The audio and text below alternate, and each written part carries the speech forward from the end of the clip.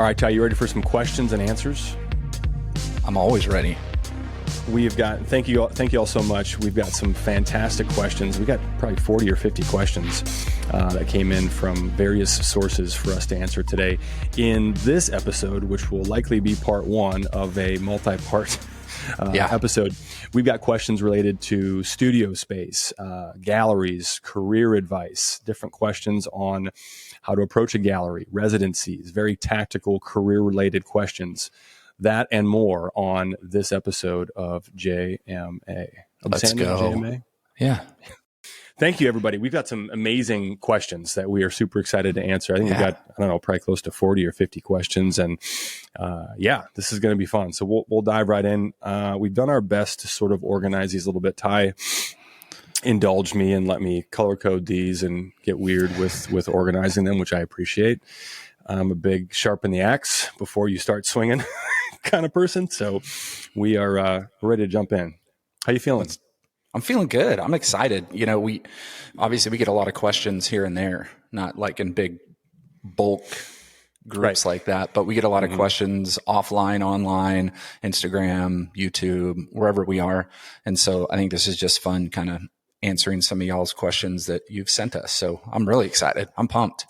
And keep them coming, by the way. So we now have a very, very complex system in place where we're going to tag these and put them into our Q&A tab on our super bloated Excel spreadsheet that we track everything on. So when things come up, even when we're not asking for them, we'd love follow-up questions too on just different episodes as well. Or if there's something that we touch on today that you're like, I actually wanted to hear more about something else, or you didn't quite touch on it, feel free to send us your follow-up cues as well. With that, let's dive in. So a couple questions about studio space. We're going to get into that first. So this comes from, and forgive our pronunciation, we're going to do our best. If we get it wrong, do our best. Just know that we tried. Just know that we did our best. First question comes from Adine Mitra from Instagram. And the question is, separate studio and living space versus working where you live. Which do you lean towards in your experience? I've had both. You kind of have both right now, actually. It's interesting. Yeah, and I've had both throughout different times of my art career. You know, I'd say probably about 70% of the time my studio has been in my living space. Like that would be a garage or a back porch, extra bedroom, all those things. And I would say I just moved from a studio that was about a 15-minute drive from my house, and then recently built a studio on my property. Now, I think it's all your personality, your character. You know, some people have a really hard time working from home because they're at home every day, and it just becomes this stagnant experience of, I'm always at home, and so it gets in the way of your creating. I absolutely understand that. But I love having my studio at the house. I love being able to walk. I leave the house to go to my studio in the backyard. And I love that for me because I can just walk out and make work anytime I want. I don't have to get in a car. I don't have to drive anywhere. I can just walk out and make art. So I think as your career advances and you have the ability to make that choice, then you're going to have that ability to make that choice. But I would say for the majority of artists out there, most of you are probably working from home in a garage, in an extra bedroom, in a hallway. I've had artist friends who literally took the front bedroom and made it, their studio, and then the bedroom off that is a studio, and the family doesn't use the hallway or those two rooms. They come in the back door, and, they've made those sacrifices. And I've had other artist friends where their partners said, hey, take my office in the apartment, and I'll work from the kitchen table, or things like that. So it's all up to you. And honestly, you should have no excuses for making. I guess that's the main point. Wherever you are and whatever you have, make as much as you can so that when you get to the next place, you're able to create in that next place as well, because you're going to have the same types of resistance no matter what studio you're in. Too big, too small, too wide, not tall enough. You're going to have an excuse when you're not making work. So just make work. Yeah, I've had both as well. I like having a separate space entirely. My studio is about 12 minutes from the house. I do end up taking a lot of work home with me so that I can also spend time looking at it, listening to it, journaling, writing, maybe not working on it necessarily. Most of what I do in the studio would be really difficult to do, indoors or in in a non-industrial space. But I think that it's, for me, I really like having that separation of I am here to make art. Like this is what happens here. I am also really bad at dealing with interruptions or distractions, like, embarrassingly so. And so having a dedicated space where, the front door is almost always locked. So I like having that like sacred space where this is what happens and when it happens. That's kind of my preference. Yep. I get it. But again, to your point, it is a luxury that not everybody has. So I would actually add to that, we've talked about this, I think, in previous episodes, but this is an idea from David Lynch that he writes about in his book, Catching the Big Fish, which we've talked about before. Love that book. But he talks about the importance of having a setup, is what he calls it. So have a setup for whatever your creative pursuit is, having a setup where this is where I do what I do, no matter what the scale is, even if it is like, all right, I've got these 3, storage bins and this is, pull them out and then boom, I'm in it. What we don't. So he just talks about the basic premise of that idea is that you don't want there to be any, the closer you are between having time and space to make something or inspiration and idea, the shorter the feedback loop is between the thing and being able to do it, the better. And that can be applied, to your point, in any setting that you have, no matter if it is just, a kitchen table or, whatever square footage you've got to work with, be ready to make. Plenty of great art has been made without a professional looking studio. Let's just say that. Plenty. And probably far more has been made in that setting than has been made in the other in history. Next question. Nancy Clunan writes, I'm an abstract painter who only looks forward to painting on wood panels. My studio is in my home. How many months rent do you think I need to jump into a studio rental? I know this is a somewhat personal decision, and I'm interested to hear your answers. She goes on to add, I forgot to add that the reason I'd be looking for a studio is for space to go larger. It's getting tight in my cozy space. It's a really good question, because what is the number one debilitator of all artists is finance, money, having the ability to do things that you really want to do. And I know from experience going bigger, you can go bigger in space, but when you're working in certain areas like wood panels and you want to go bigger, now that really starts to take storage space and take the ability to have the freedom of space to make really big pieces. Yeah. And so as far as how many months rent do you think you need to jump into a studio rental? I don't know.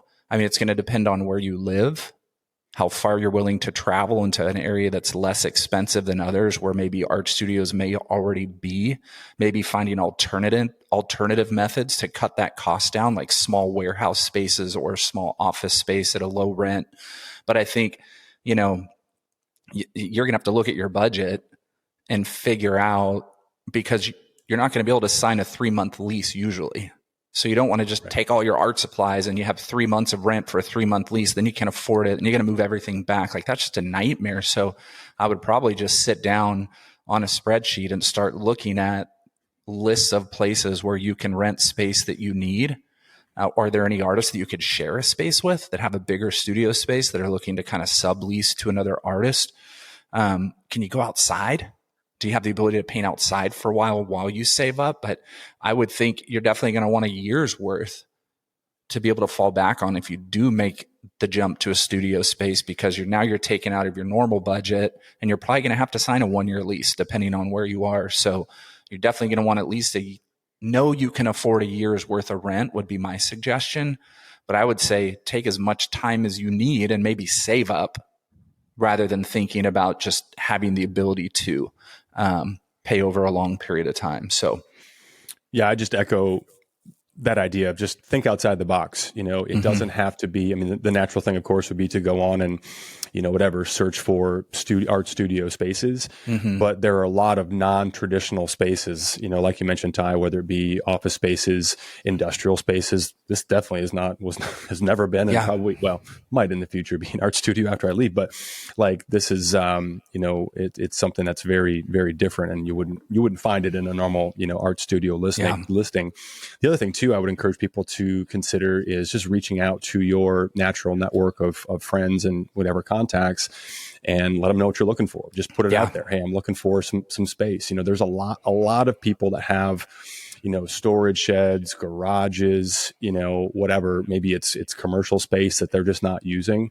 Yeah. So if you're willing to be flexible in terms of, what it looks like, you will likely get flexible terms, in terms of, what it looks like to make payments as well, especially if it's somebody that, it could certainly, be a month-to-month situation where they're happy to carve out a little corner, over here or some space and let it just be month-to-month where you're not locked in.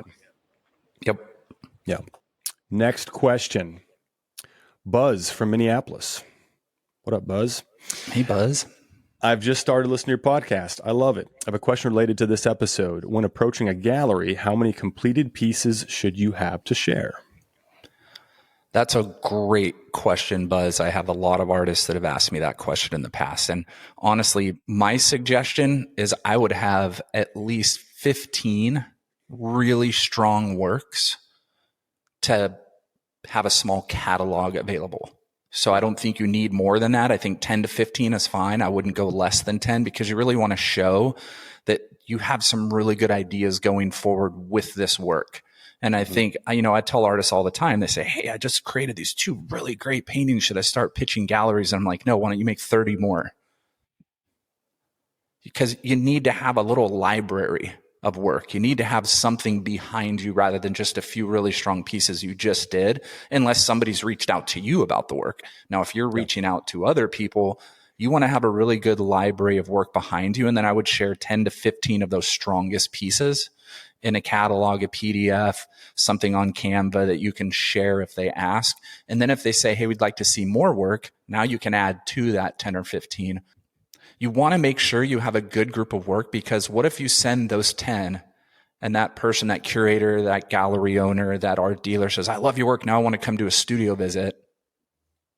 And you only have those 10 pieces. Yep. You want to be able for them to come and have seen those 10 and then look at 20, 30, 40 more that you've been working on over time, and that you're building this great catalog of work behind you. So I would say, if you're going to share, if somebody asks, make sure you have 10 to 15 really strong works, and use your artist network to say, hey, which ones do you think are the strongest? Hey, to your friends or your other artists, send them 30 pictures and let them kind of go through and tell them which ones they think are strongest. And then you can kind of condense with the ones you like and the ones other people think are really strong and put together that catalog. There's another question, Todd, that pairs really well with that. Valerie Capewell from Spotify. The question came from Spotify. She doesn't work there tonight. Valerie Capewell asked a question on Spotify that pairs really well with this one. Can you speak to galleries wanting to see a consistent body of work? I saw this. I'd like to be able to cite my source on this. Somebody who I follow that seems to know what they're doing on Instagram said the number was 30, that you should have 30 pieces that are consistent within a body of work. I think the number is, variable obviously there, but speak tied to the consistency of that body of work. Well, I would say every gallery is different. Everybody is different, because every gallery owner, those selecting the work or looking to put on the roster, they have different tastes than the other gallery owners. Yeah. And so I would say, yes, galleries want to see consistent body of work, but that doesn't mean if you have some really strong work that they don't take a chance on you. Now, it's going to be a little bit more minimal than on the other side. So I would say you absolutely want a consistent body of work. Now, that doesn't mean that all the work looks the same. That doesn't mean that all the work is the same color. It just means that you have a body of work that is showing who you are as a consistent artist. It's not radical jumps and leaps between every single piece of the 10, 15, 30 pieces that you show. It's just showing a consistent body that is being processed, worked on, growing, and developing, if that makes sense to everybody. So, but I would say from the last question, have that 30 or 40 and then piece together that smaller, really strong grouping of work that is within that 30 or 40 pieces. Love it. Next question, gallery related as well. Adian Mitra asks, how did you both get in a gallery initially, struggling to get representation in a seemingly gate-kept art market? Well, let me let me give some confidence building first for aiding.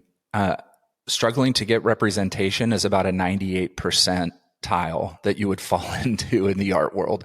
So this isn't a normal thing, artists getting represented by galleries. There are far more artists who have work being shown in galleries than actually being represented by that gallery. So galleries have rosters of artists, 10, 15, 20 artists that they represent on a regular basis. And most of them have 10, 20, 30 other artists whose work they show every now and then, but they don't really represent them. So this is the absolute most difficult thing for an artist, is to get represented by a gallery. So, but that shouldn't be discouraging, because that doesn't mean you can't show in group shows and open calls with galleries and things. That's fine. That's great. I got noticed on Instagram. Now I was doing a lot of things, and I happened to be on Instagram at the time when art wasn't really a thing yet. So I was swept up in that initial buzz of artists being on Instagram. And so I got noticed by galleries and dealers 100% from Instagram. Does that still happen today? Yes, but not as much as it did maybe 10, 11, 12 years ago. So I would say open calls. You need to be looking for open calls, places that are close to you, close enough to you, and apply to be in those calls online. You can go to artenda.net. You can go to cafe.org. There's plenty of art sites online. Just type in open call art, and you're going to get a whole list of websites. Look for ones that fit you and your work and your style, and start applying to those. Yeah, my experience has been, I guess, kind of similar to yours, Ty, more recently though, but I got every opportunity that I've had so far has come as a result of being discovered, being found, my work being found and seen on Instagram. Yeah. And so I was definitely not in that first wave that you were in, but I think it does speak to, and we've talked about this in many episodes previously as well, but it does speak to being willing to put your stuff out there and put yourself out there and be discoverable, in terms of, because you just never know, everything that we put out, we talk about all the time. You say it, Ty, frequently. We never know who's watching. We never know who's paying attention. And it's safe to say that the more, is that how I want to say it? The more you do, I don't want to say that, Ty. That's not the right way of phrasing it, but the more willing you are to put your work into the world, and well, not everything, right? It's not, every study, we both share a fraction of the work that we're working on or the work that we're making. So there's certainly some intentionality, around that, but being findable, and understand too that when you do apply for those open calls and those sorts of things, people that are interested, galleries, et cetera, that are interested are probably going to check out your profile. They're probably going to look more for, hey, what's this person about? What do they got going on? Yeah. And I would say, be really intelligent though about it, because what galleries do you want to be in? Are you at that level yet? I mean, so many of us go, I know exactly where I want to be. But then when you look at it, you're like, well, I definitely can't be showing in there yet, because I don't really have any representation right now. So as you're looking for galleries, sure, have your dream galleries out there, have them in your head of someday I'm going to get here, but you need to look at galleries that are at the level you're at art-wise and start researching them and start following them on their social media platforms and being really active, whether you're going to the openings and going to the gallery and spending time getting to know people there and the artists that are showing there, or by courting them online and paying attention, commenting, seeing what they're doing and they're showing. Do they have open calls coming up? Send them a message. Do you guys do open calls or group shows? Maybe you need to be on their newsletter so you're alerted when those type of things open up, but be intelligent. Don't start thinking about galleries you can't even get into at this point. Where can you get into? Where can you fit? What's close and local? Start there. Spend time getting to know the people there, whether that's online or physically. Physically is your best option. If you can go and get to know people and the other artists and who's working there, the gallery attendants, whatever, they may ask to do a studio visit sometime. They may ask to see your work, but be intelligent about it. Think about the level you're at, not the level you want to get to. Next question, Kasia Fabianska. Again, we're doing our best. Doing our best. Apologies in advance.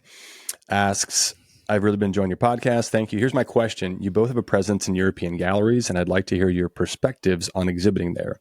Is the culture and attitude to art and artists different to the U.S.? I live in Australia, but would love to show something in my birthplace of Poland one day.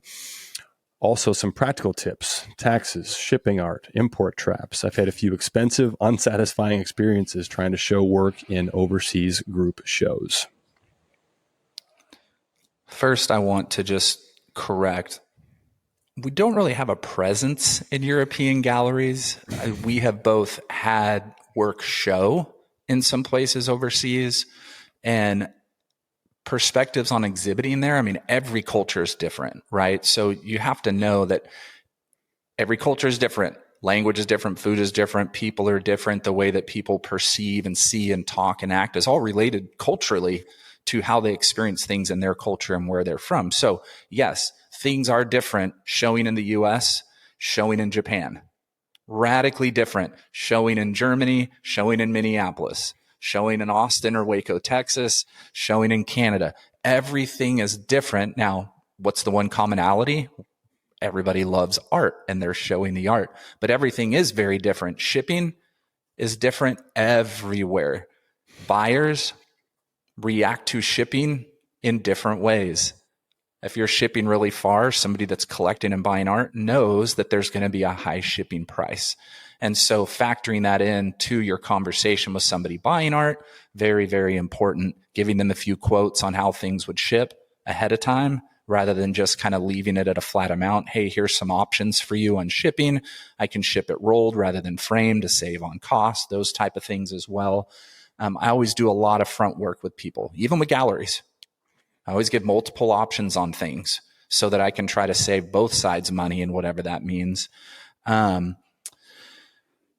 Import traps, like you're kind of at the mercy of customs to wherever you're shipping, to be honest. So everybody has a different story of somebody getting screwed over with shipping at some point in their life as an artist when you're shipping internationally. That's just kind of how it is. But if you do your legwork up front ahead of time, it's usually easy for you to not get screwed over if you rush to ship something, which I know a lot of artists rush to ship things at times, and then they end up eating a bunch of costs in the end rather than the buyer paying the actual shipping cost. Man, I am sure that your expensive, unsatisfying experiences showing work overseas in group shows could possibly be from showing with vanity galleries or vanity fairs, where you kind of get stuck with costs you weren't expecting, things that are contractual for shipping and marketing and all those things. If you're showing overseas and there's a contract, read it. Have somebody else read it. Have another person read it. Make red lines on the things you don't understand and then ask questions. You can even ask for those things to be removed. So again, be intelligent with everything that you get. Read every fine line, look at everything, then you have to make a decision. Am I willing to pay for some of these costs or not? Usually showing in some group things overseas that are through vanity galleries and vanity art fairs and things are going to do nothing for your career. So it's really a waste of money for you to do those things. If that's what you did, I'm just guessing. Yeah, I'll just echo, do your research. Ask questions, ask around. It's better to set expectations for yourself and everybody else involved on the front end than it is to find things out the hard way. That said, I've definitely learned a lot of lessons the hard way when it comes to, international, shipping. I've shipped just this year in the last few months to, Germany, India, Canada. And every country's different, and so to your point, like Ty, you've just got to obviously play by the rules. Every time a piece or body of work, if it's for a show, arrives, that's like, okay, it's there. All right, step one. All right, step two. Did it make it through customs? Did it make it? Yeah. Because those are two very, very different things. But to how it's received, I think that is the beautiful thing about art, is that we are speaking a universal language. Yes. Yeah. Culturally, how it's going to be received, of course, is going to be different, and what the process to show and to sell work is going to be very different. When I showed in Germany earlier this year, Benjamin Eck, at the gallery, he gave me really, really good, not just, I guess, advice, but just kind of set proper expectations for me. He's like, just so you know, I don't really have, any big expectations for the first time that an artist shows here. Like the first time that, we show, it's just to kind of introduce you to the European art market and just get eyeballs and sort of like generate momentum for, whatever happens in the future. And so that was very helpful for me to just know, like, all right, this is step one of hopefully, many. I will say that during the artist talk, now, I mean, we have the luxurious position of, for us, dumb Americans, speaking a language that is spoken, almost everywhere. I was kind of surprised. I shouldn't say surprised, but I was curious how, like, when we did the artist talk, how that was going to be received. But it was that experience in particular was super fun and super satisfying. Like it's again, we're speaking a universal language of art, and when the work connects, the words are great, but they oftentimes don't even matter that much. Yeah. Next question, RJ, Robin Jack Sarner. One more question, but loaded. How does one get into an invited only residency? Looking forward to your next pod. You guys are awesome. You're awesome, we love RJ. You, RJ. Yes. Okay. So I'm gonna give two answers. Number one, how does one get into an invited only residency? You don't until you know it. Number one.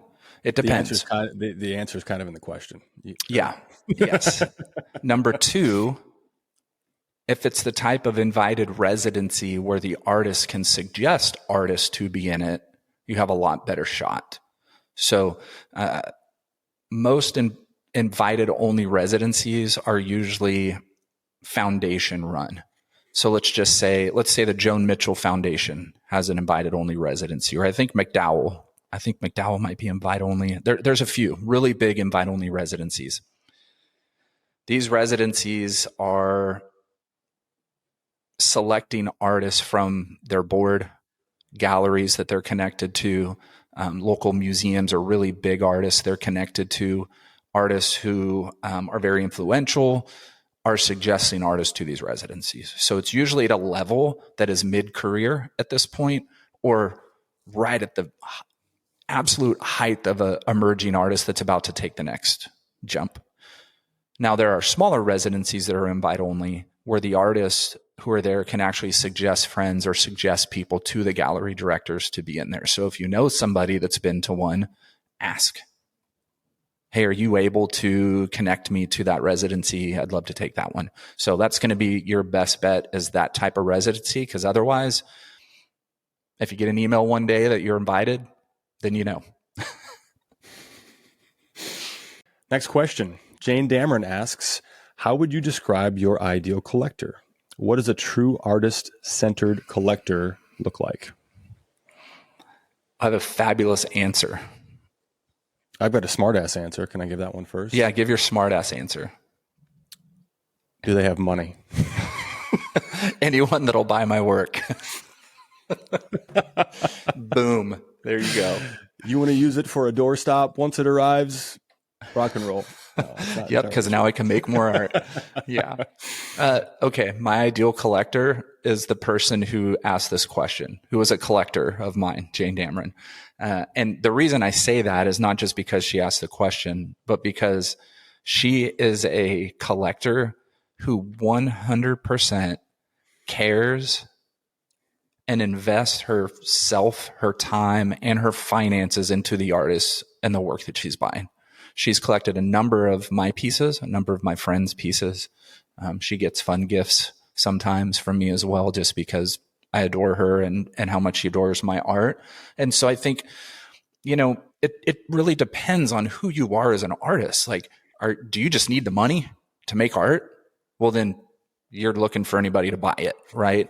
Now, I have friends that are at a level where they're now telling people no, because they really want their art to go to a specific collector who is truly interested in the why behind their work and how they're making it. There are a lot of people that jump on trends as collectors and they're just buying, right? They're just buying for the trend. And so it's like, I have friends that are like, no, I want no part of that. I want somebody who loves my work, who wants to build into my work. And there are also collectors, right, that build careers. You get certain collectors that start collecting work, and then you get gallery notice, you get museum notice because of these people. So it all depends on your level. And I will say, for anybody out there that's a beginning or emerging artist, just sell your work. Don't hold on to it right now. If somebody wants to buy it, just sell it because you need the money to make art. You can't afford to hold on to things for a long time. Career-wise, just sell so you can make.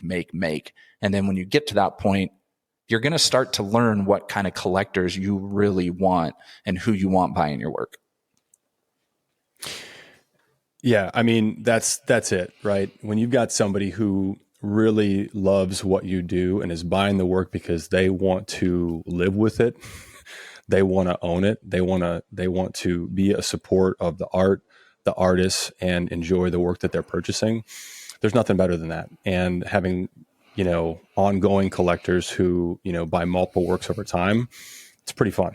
It's pretty fun to, when you get those pictures of seeing, I mean, even just, one piece, but especially multiple pieces hanging, where people live, where they work. I mean, how fulfilling is that to know that something that we made lives with and is going to be with somebody who truly loves and appreciates it. There's another question I'm going to tack onto this one as well. Mm-hmm. This comes from Kirk Purdon. Kirk's a friend of mine. We've never met IRL, but Kirk and I got to be friends back in the Clubhouse days. So shout out to all my Clubhouse homies from back in the day. Kirk's an amazing artist and incredibly gracious. Kirk has helped me with a lot of material related questions as well. But he asks, what's been your favorite and or most unexpected reaction to a piece when you deliver it? You want me to answer that one first, or do you want to? You can just nod and smile. I love it when you smile. I'll do that. I'll nod and smile. For our audio only listeners, it's, not quite as engaging, but just know, here, I'll just describe it. Ty is nodding his head and smiling with a delightful grin. I've had some incredible delivery moments in my lifetime as an artist. I've had some where the buyer has brought the entire family into the room, kids, the wife, and literally sat and talked about the painting and just asked the kids to talk about the painting. And they've all come around and I'm just kind of, sitting there in the background trying to hold back tears as this whole family is discussing the piece and what it means and what's in it and all those things. So I've had incredible experiences like that honestly, I mean, when you talk about your ideal collector, right, you want to deliver that piece when you get to deliver it, which we don't often get to deliver our work to people in person. Having that experience where you get to watch them see it for the first time and react to it and talk about it, and it becomes a centerpiece to the home. I love thinking about, I know that Jane Dameron, who asked the question right before this, will stop in her house walking by a piece and look at it and think about it and spend time with it throughout her day, weekend, evening, just randomly. And that's a true collector. That's what a real art collector does. You have those pieces in your home, and when you're walking from the kitchen to the next room, you see it. And instead of just walking by it, you stop, you walk back to the piece and you sit there and look at it and think about it. And then you walk away with a smile. Any unexpected in the opposite direction experiences that you'd be willing to share? No, I haven't. Now, crap. I started, so I got to keep going. Now, there have been pieces in the past that I've delivered that I've gone, man, do I like that piece? Do I really love that piece that I'm delivering? And my wife is always telling me, you do that all the time. You have in your head, you're such a perfectionist, but you also know that you're not going to achieve perfection with your work. So then when you deliver it and take it somewhere, you're always second guessing it. And I think that's just part of being an artist too, is that every piece we have, we take it somewhere and we go, oh, what if I would have? What if I could have? Oh, maybe I should have. But what, you know what I mean? And so I think that's really the only thing is my reaction sometimes when I'm like, God, they really love this piece. Man, you go, see, you put everything you had into it. Yeah. And it's showing. Now go make more pieces and improve on what you wanted to improve on with the new work, you know? But no, I've never really had a bad or unexpected reaction. Now, I've had a lot of friends that have, where they've ended up taking that piece home and then changing and developing things. But I've always kind of made sure that when I do a contract with people that buy work, there aren't changes allowed. It comes as it is. There is something about the finality of leaving the studio where theoretically everything that's still here that has not yet been purchased or on its way out the door, still we could go full perfectionist mode and make adjustments if we so desired. But once it leaves, then it is gone. Yep. I think, to Kirk's question, I have, whatever, knock on wood, but I haven't had anybody who has seen my work in person, especially for people that have bought it without, laying eyes on it, in real life. I've yet to have somebody who hasn't been much more, excited about it in person. And I think that's hopefully that's a product of all art, but especially just the sculptural and layered nature of my work. Try as I might to take good photographs and good video, there's really no way to communicate, how that's going to play in different settings, different lighting, until somebody has it, in their own space. I'll share a couple of quick stories. One was, I had a collector who bought a number of pieces, and they just said, I love the feedback that comes not just when they see it for the first time, but to your point, after they've spent time with it. Yes. And this was probably about 2 months or so after they had gotten everything hung. And they just said, I just got to tell you, I just love being in this space. The space is, they hung them in a few different pieces in a couple different rooms, but they said, I love my space. I love my home more, but they put some in their home and some in their place of work, but I just love being here more because your works are. Yeah. I love that. Like, oh my gosh, that's, I floated for a good week off of that one. I had another collector who said, this might be my favorite, who told me that every time, this is probably 5, 6, 7 months after they had received it, said, every time I look at this piece, I notice something new. I notice something different. It affects me in a different way. And that's a big part of really what I'm trying to do with my work, overall. So that was another, highlight moment of a delivery to a collector. Yeah. Well, and think about the fact that somebody buys your art and makes it the centerpiece of their home. Right.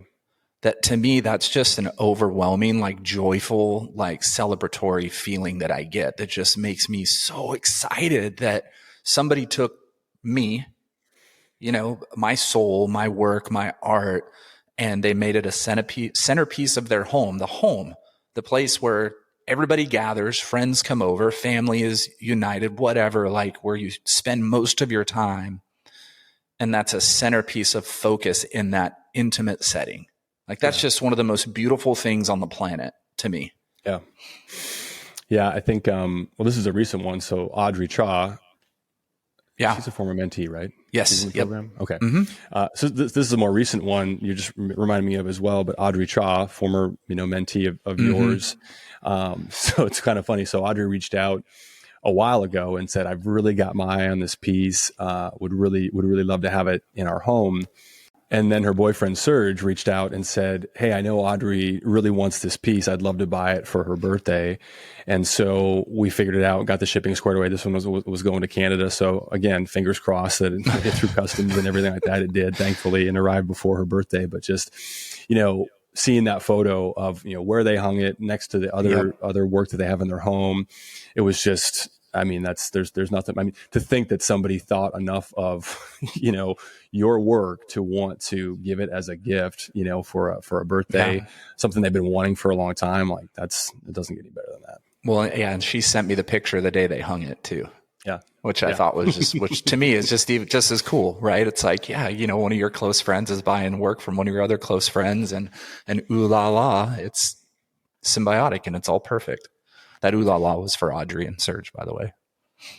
It wasn't French. For me. I know that French. Much. Next question. This is a juicy one, Ty. Joel Woodward. I'm an artist and an art teacher who has been living with unemployment this year. Luckily, I do have one teaching job this semester, but I usually have 3. I've been cashing out my retirement fund to pay the rent And in another 2 months, that money will be completely gone.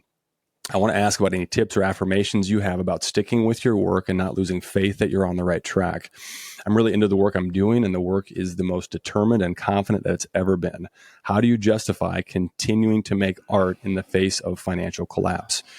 And do you have any advice on grants or other kinds of funding for artists that I could get access to in the next 2 months? Thank you both for all you do. Whew. First of all, Joel, sorry that you've been living with unemployment this year, and I hope that things turn around for you as far as work's concerned. Man, I would say you answered your main question in your question, and you said, I'm really into the work I'm doing, and the work is the most determined and confident than it's ever been. Well, then you're on the right track. Yeah. Is what I would say. You need to keep going. If you're feeling that, then you're doing what you should be doing. If you're not feeling that, then I would be like, okay, it's time to explore and experiment to get to that feeling. It's very rare that we feel really determined with our work. I think you can feel confident with work, but maybe not determined. And I think just that word in itself is telling me that you're really going in the right spot. So just keep going. Now, your next part here, how to justify continuing to make art in the face of financial collapse. You're in a really big percentage of artists out there with that. I can't tell you how many artists I know are just struggling to make ends meet, that are struggling to find ways to pay to make art. And I think you just got to figure out how to keep making, even if it's not using the materials and things that you would want to use. You can be really inexpensive with materials. I've used sheets. I've used blankets. I've used, coffee and tea. I've used Kool-Aid.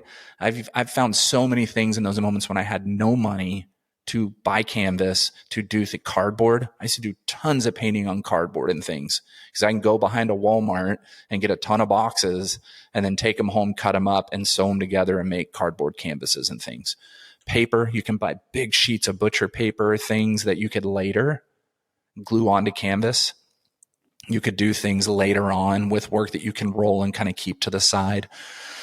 Now, grants and other kinds of funding, I don't know where you are, Joel. But yes, there is plenty of funding and grants for artists. It's just a matter of taking the time to research them. Artenda.net is a great resource that has a lot of different grants and things that you can find on that platform. But just search artist grants, emergency artist funding. That's the big one right there. Emergency artist funding. There are plenty of national, local. This is, I'm assuming you're in the US, but I'm not sure. But you can find things in the US and other places searching emergency artist funding, but you're going to have to apply. So it's just like filling out paperwork for a grant. It's going to take time. But if you need the money to make art, that's what these are specifically used for. Some are used for insurance. Some are used to help you with rent, housing, that funding, and others are just for buying art supplies and making art. I hope that helps. Yeah. So thanks again for being so transparent and vulnerable in your question, Joel. We really appreciate that. I think, the thing that sticks out to me about this tie, and I'd love to hear you speak to this as well, but the thing that would cause me concern is just the time frame. Like it's a pretty tight time domain, so yeah. I think some questions that I would ask myself if I was Joel would be, what would need to happen in the next 2 months with the work for you to be able to, financially sustain and keep the wheels on, keep things afloat. I don't have any answers because obviously we don't know the specifics. This is actually where if we could do a live Q&A and we could ask some follow-up questions would actually be really, really interesting. So we're just going to make some assumptions or just maybe not make assumptions on pieces of information, that we don't have, but that's a really tight time frame, and so I don't know. I would be personally nervous about, having only 2 months of operating, finances before finding something else or another way to, have money come in.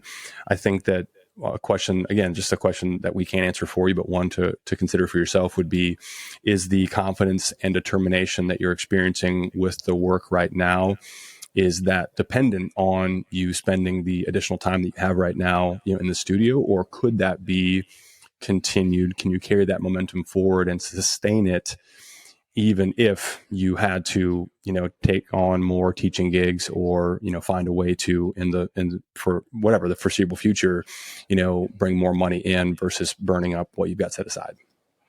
I mean, I've scrapped for a long time, right? And even early on in marriage, when Mandy and I like had no clue what we were doing, we were scrapping. I was working retail. She was working catering, like doing things we absolutely hated. But the whole time in my mindset was like, this is my patron.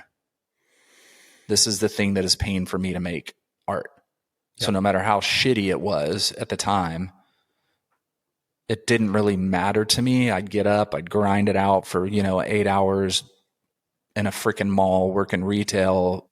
But in my head and on my breaks, I'm sketching and I'm writing notes and I'm like, okay, this is what I'm going to do when I have the time to make art. And when I have the ability to put a little aside to buy some canvas. And I was buying really shitty canvas at the time too, because all I could afford, the packs of 4 at Hobby Lobby, because I couldn't afford anything else, the 18 by 24s, but I was painting, I was making art. So, like Nathan said, like sometimes you just have to figure out something in the meantime to get us back on track with everything else. And I can't tell you how many of the artist books I've read where this is an echoed story of making art on a roll, setback, time away. Yeah. Back to making art on a roll, 2 major setbacks. And then it's a year, it's 6 months, it's whatever. Like, this is the hard part about being an artist, is how bad do we want it? How much are we willing to sacrifice in those things to make it happen? And sometimes we have to do really crappy things for a while to get back to where we are, just so that we can be making art. It's hard. I feel for you. I do. I've been there over the years. And so, like, I'm very grateful for where I am now, but it wasn't due to a lack of suffering and grinding and taking steps back only to take steps forward. And we should also mention too, we both still to this day have side hustles. Yeah. Yep. That we do to help, absolutely. Not have to put all the pressure on, financial reward coming from the work itself. Good spot to be in where it doesn't take up the bulk of our time, but it's still something that, the majority of artists, working artists have other things going on, to where they're not putting all of the pressure. I mean, that's a very, very small percentage of a percentage of artists that are purely, supporting their life and their lifestyle on just their work alone. Yeah. Well, and even some that they're just doing enough to get by. Right. No retirement, no investing in their future retirement. They're just selling enough work to get by, to pay rent, to have art supplies, to have the studio, and then that's it. Yeah. So that percentage of a percentage of a percentage that are actually have money for a long time put away because of their art making is so minuscule. It's crazy. Next question, Ty, comes from Teresa, who asks, how can an advocate help promote artists? I currently do a show about once a month for local artists. Well, I mean, you are far and beyond a lot of advocates doing that. Like, that is, honestly, I'll bet there are artists that are going, who the heck is this? How do I find Teresa? Where is she? Where does she live near me? Because let me tell you, of the one thing that an artist desires more than anything in life is to show work, to have the chance and the ability to show their art, to be in a space with your work up. I would say keep doing what you're doing. Like, can you do some group shows? Great way for you to meet more artists rather than just doing a show for one artist, doing some group shows, having some of the artists maybe apply in your local area that you've worked with before, or ask an artist, hey, do you have any other artist friends that would fit what I'm doing? Then put together a group show with 10 or 15 artists. Now you're just building your network in a way that's, getting more artists interested in the things that you're doing as an advocate. And I think figure out a way to do some little talks with those artists when you do a show. So maybe even if you did a solo show for one artist, bring an artist and a couple other people, maybe even a couple of people who collect. My friend Jane Dameron that asked the question earlier, she has a term called the starving collector. And that's what she considers herself, is somebody who she doesn't have the finance to just go out and buy art regularly. But she has such a passion of being an advocate for artists that she and her husband budget money to be able to buy art at the level they can buy it at. And there's times where there's work a little out of their financial range that they literally make it as, hey, let's sacrifice a few things that we're doing just so that we can. That's a starving collector. That's a big advocate. Maybe there's some starving collectors in your area that you can bring into the fold to do some talks about collecting art, or why do you love collecting art? So not just focused on the artists themselves, but also the other parts of that local art world that are important too. So bringing in some starving collectors and people, maybe a professor from the local university who's an art history professor or something, but do some other things like that to bring more community into the fold as well. Because usually the struggle for a local art advocate in doing a show is filling that room when you have the show for the artist, is really getting a good crowd outside of your own network. I think that's your next step, is how can you create a further ripple in your local pond and bring other people into the fold in what you're doing. But more power to you. Like, that's amazing. I love it. Teresa Designs on Instagram, everybody. Who is in Oklahoma, it appears. I love Teresa, Oklahoma. you're about to get probably some DMs from some local artists. Heck yeah.